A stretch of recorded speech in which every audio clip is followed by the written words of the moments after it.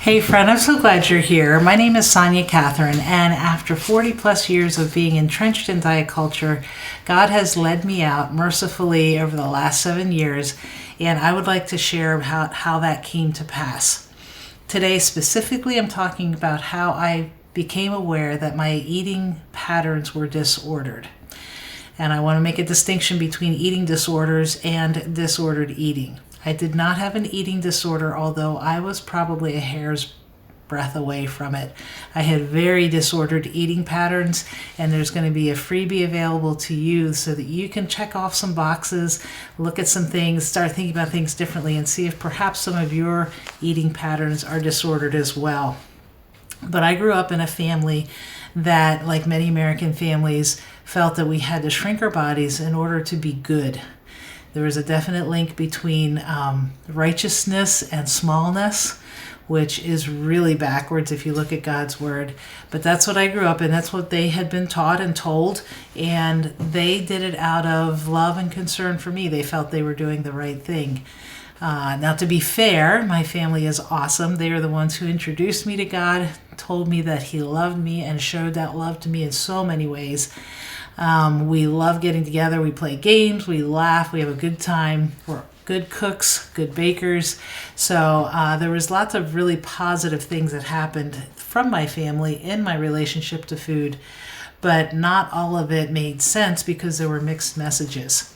I was told that sugar is bad, that you shouldn't eat donuts or cookies, and yet we love to get together and bake and make sweet things. And so the messages didn't add up. They didn't collate well for me, and it led to a lot of confusion for me and a lot of self-loathing, or at least body loathing. I did not appreciate my body for all that it could do.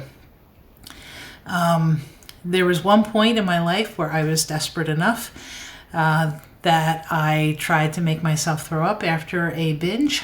So a lot of times what happens with the binge, with the restrictions that we put on ourselves for dieting, is that eventually it leads to a rebellion and there's a binge. So it's kind of a restricting binge cycle that goes back and forth. And I had tried to make myself throw up. Thank God it didn't work. I'm not able to do that, but it was a wake-up call for me because I knew that I was in not a safe place mentally. So one of the things that has helped me come out of diet culture and begin to have a better relationship with food, there's two things in particular. One was a super simple regimen of supplements which built gut health. And what I've learned is that 90% of our serotonin is produced in the gut. So improving gut health improves mental health. And as I was beginning to improve my mental health, I began to see accounts in Instagram that were saying a very different message concerning food relationship than what I had grown up with. One of the very first ones was Bonnie Roney. She is Diet Culture Rebel. You can find her there. She's very informative, very funny, a pleasure to watch. And she would eat peanut butter out of the jar in her videos, or she would be eating Oreos. And she would talk about how it's not bad. And I was like, I always thought it was bad to eat peanut butter out of the jar. Maybe not the great, like if you're sharing with other people. But, just eat the foods that you enjoy.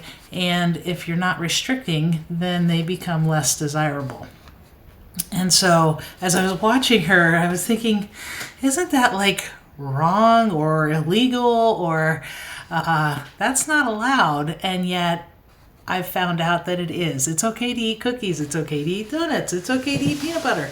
All these things are not bad. They're just food.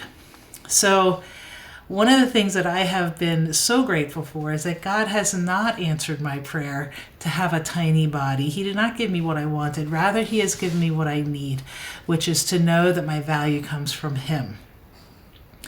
So as I was following different accounts and hearing these different messages, I began to realize that my eating was very disordered. And if you are suspecting that your eating is disordered as well, I encourage you to print off the freebie that I've created for you and go through and mark activities and behaviors and attitudes and see if maybe some things in your relationship with food might be a little bit disordered.